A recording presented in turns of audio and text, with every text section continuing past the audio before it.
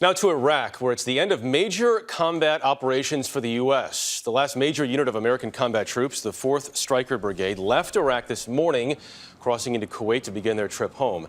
That leaves just 6,000 U.S. combat troops in Iraq. All of them are set to leave by the end of the month. About 50,000 troops will remain in what's called a stability force. And joining us this morning from Washington is retired Brigadier General Anthony Tata, author of the new military thriller Rogue Threats. General, good morning. Good morning, Jeff. Always good to be with you. Good to have you here. So the end of major combat operations, what does that mean?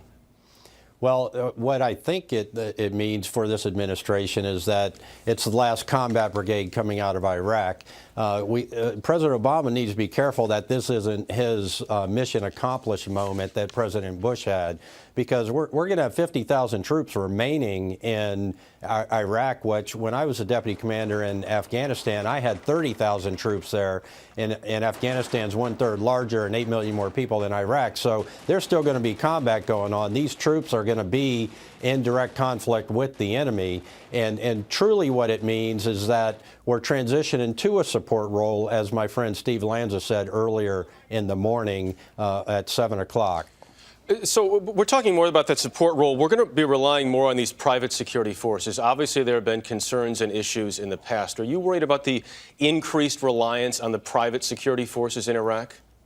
Well, the private security forces that are coming in to support the State Department, as the DOD transitions out, Department of State will obviously transition in to carry on the diplomatic mission. And these private security forces are going to be doing the training of the Iraqi police and security for the Department of State. So, yes, there is a little bit of concern. They're not as a professional force as our American military is. And quite frankly, Jeff, the American military deserves the credit. Here I heard some earlier guests commenting on whether this is a President Obama or a President Bush victory. This is a victory for the American people and the American military that really carried this war on their backs for the last 7.5, 8 years. General, can I ask you about the Iraqi police force themselves? How ready are they?